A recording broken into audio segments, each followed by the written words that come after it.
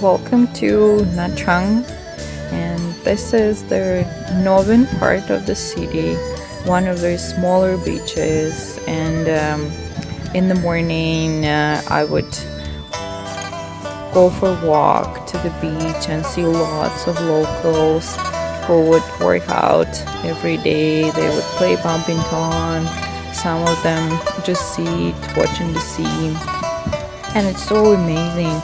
It's 6 o'clock in the morning. There's so many people in the beach just enjoying their life. Some of them were meditating, some of them were doing yoga.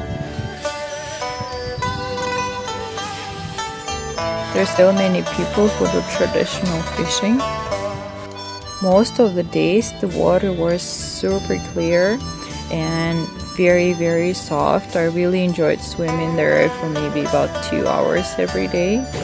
September is still an off season in Vietnam and beaches were not really crowded. You can see some fishing boats that don't really come really close to the beach, and you can see a few locals at the beach just enjoying their life.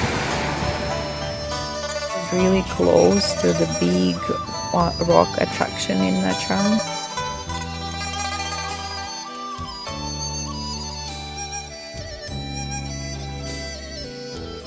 And you can see a big rock. There people hang out and take beautiful pictures, and very cute walk on the way there. And they have a museum where they sell jewelry, some souvenirs, and also you can go to their concert with the traditional Vietnamese instruments, which was pretty amazing. They do a concert about every 10 minutes. I've asked a few people to take pictures of me and they've done an amazing job.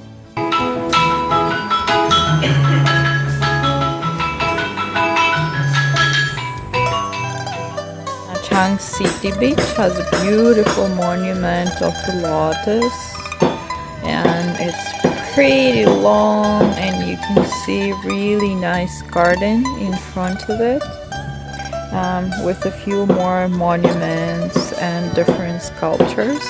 They look pretty modern and I really like them.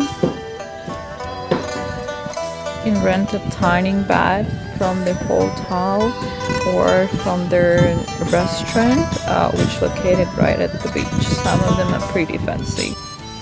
The public beach was a little bit less clean than the northern beach that I was staying, and if you look across the ocean from the city beach, you will see the Wind Pearl, and Wind Pearl is an amusement park in Vietnam.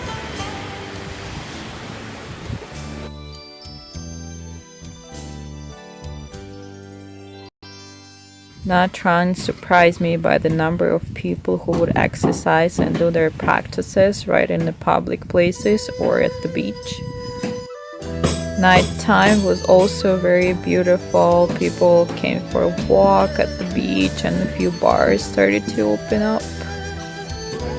First 3 blocks from the beach are called the European District, and it's full of different restaurants. You can try Russian food, you can try Vietnamese food, different food stalls that sell pancakes and ice cream, different types of fruits, with lots of pharmacies. Vietnam is really popular for its pharmacies with traditional medicine. Also, Vietnam is very famous for its delicious coffee. I don't drink coffee, but if you guys like it, check it out. Next attraction on my list was Po Nagar Temple. It was built between 8th and 11th century by Champa people. Po Nagar Temple is a Hindu temple, and if you walk up the stairs, you can see a beautiful panoramic view to a Khai river. Temple complex has one huge 25-meter main temple and 2 of the smaller temples dedicated to Shiva and Ganesha accordingly. This is the main temple dedicated to Po Nagar goddess, also known as Bhagavati or Durga. Po Nagar goddess, also known as the goddess of fertility. The area of the temple has many different statues, green plants and flowers, and I really enjoyed being there. There's also a little museum in the area, and you can see the history of the temple and how it looked before the reconstruction and how it looks now. There is also a nice souvenir shop. I really like Vietnamese handmade souvenirs, and what I also noticed is that it's a lot cheaper to buy some souvenirs and other items at the public attractions like museums and historical places than you buy them with private vendors. Prices are a lot better.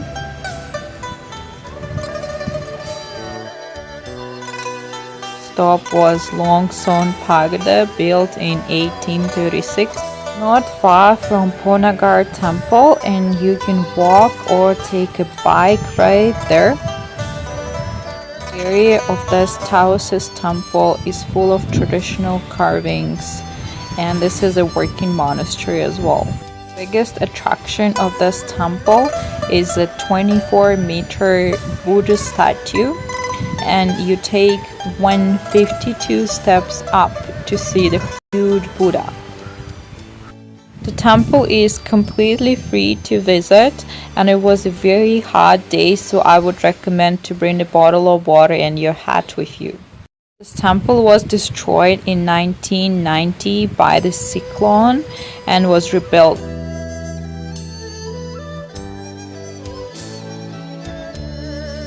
About halfway up you can see a huge bowl. The main statue of Buddha is protected by two scary dragons, and just a few more steps up and we can see a 24-meter wide Buddha sitting on a lotus throne. The statue is massive and it's pretty impressive to look at it. Also, the statue of Buddha overlooks for the whole city, and you can see it from all the parts of the city. Also, there is a panoramic view of the most parts of the city and beautiful plants surrounding the statue of white Buddha.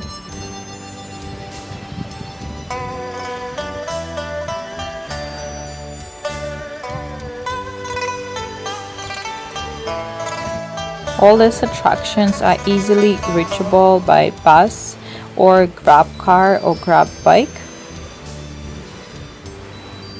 Or you can rent your own bike for a day or a week as well. Prices are pretty affordable. I took a grab bike and I paid about 20,000 dong within the city. There is also a small cafe on top of the mountain there you can rest. I really like Nha Trang with its beautiful beaches and great architecture. Hope you like it too.